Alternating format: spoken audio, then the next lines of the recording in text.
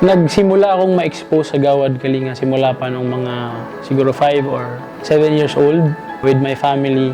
Being one of those first to donate land sa Surigao del Sur, we were the ones built the first 10 houses in Surigao del Sur. So since then, dahil sobrang active ng family ko, I was always brought there.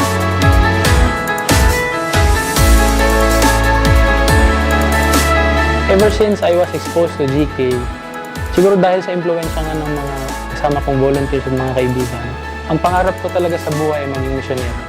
And to whatever role that might be, whether it be serving God through youth camps, through leadership sessions, or like this in doing GK, helping the poor, I believe that all of these are things that I am called to do so.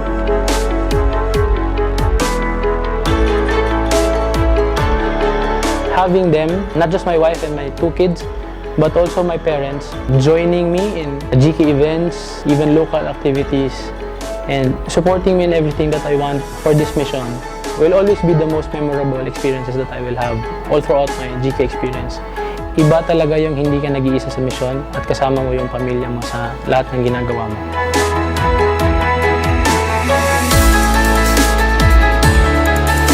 Sa GK, natutunan kong mag-look out for others. Natutunan ko na yung mga successes ko are nothing if the people that surrounds me do not share those successes. Natutunan ko na pag nangarap ako, damay-damay na. Hindi na lang ako, hindi lang yung pamilya ko, pero pati na rin yung iba. And honestly, mahirap gawin yon. Pero yung blessings na dumadating sa akin always outweigh the struggle of considering others.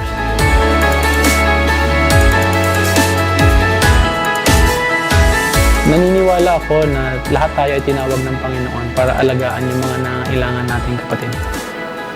Para sa akin, kailangan lang natin desisyonan yun. Walang sino mang Pilipino o walang sino mang tao na hindi tinawag para mag-alaga ng iba. Marahil sasabihin natin na, tumutulong naman ako sa mga kapatid ko, sa mga magulang ko. Nailabas ko naman na sila sa kahirapan. Pero naniniwala din po kasi ako na yung lahat ng ginawa nating kabutihan sa pamilya natin ay hindi yun kasama sa hinihingi ng Panginoon sa atin. Kasi ang hinihingi ng Panginoon sa atin ay alagaan yung iba higit pa sa pag-alaga natin sa sarili natin at sa pamilya natin.